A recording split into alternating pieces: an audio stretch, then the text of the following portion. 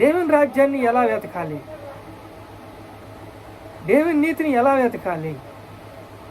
ఇప్పుడు ఉపమానం చెప్పాం, కలెక్టర్ గారు ఊరు బాధ్యతలకు తీసుకుంటారు, ఎమ్మెల్యే గారు ఏమో మనిషిని పంపిస్తారు, రౌడీ షీటర్లను పంపిస్తారు, దురాత్మ శక్తులు, దుష్ట శక్తులు, అంధకార శక్తులు, చీకటి శక్తులు ఇవన్నీ కూడా నేను అటాక్ చేస్తాయి.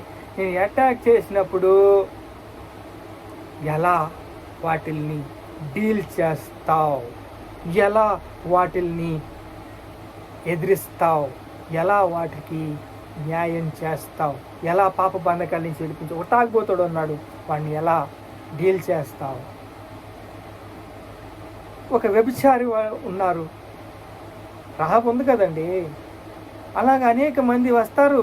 మనం వచ్చినప్పుడు వాళ్ళని ఎలా డీల్ చేస్తావు, ఎలా న్యాయం చేస్తావు, న్యాయ వ్యవస్థకి ఎలా నువ్వు సమాధానం చెప్తావు అనేది దేవుడు మారు మనసు తగిన ఫలము ఫలించండి, పాపము నుంచి విడుదల పొందండి, శాపము నుంచి విడుదల పొందండి. రోమీయులకు రాసిన పత్రిక 8వ అధ్యాయం 1వ వచనంలోనే ఈ మాట కనపడుతుంది.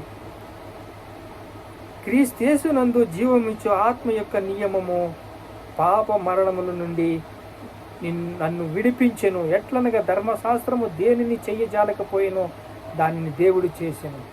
అవునండి, ధర్మశాస్త్రము ఏది చేయజాలకపోయినో యేసుక్రీస్తు దాన్ని తండ్రికి విధియడగాడు, శిరస్సు వహించాడు, తన పనిని చేశాడు, చేసి సిలువెక్కాడు, రక్తం కార్చాడు, కొట్టబడ్డాడు, దున్నబడ్డాడు.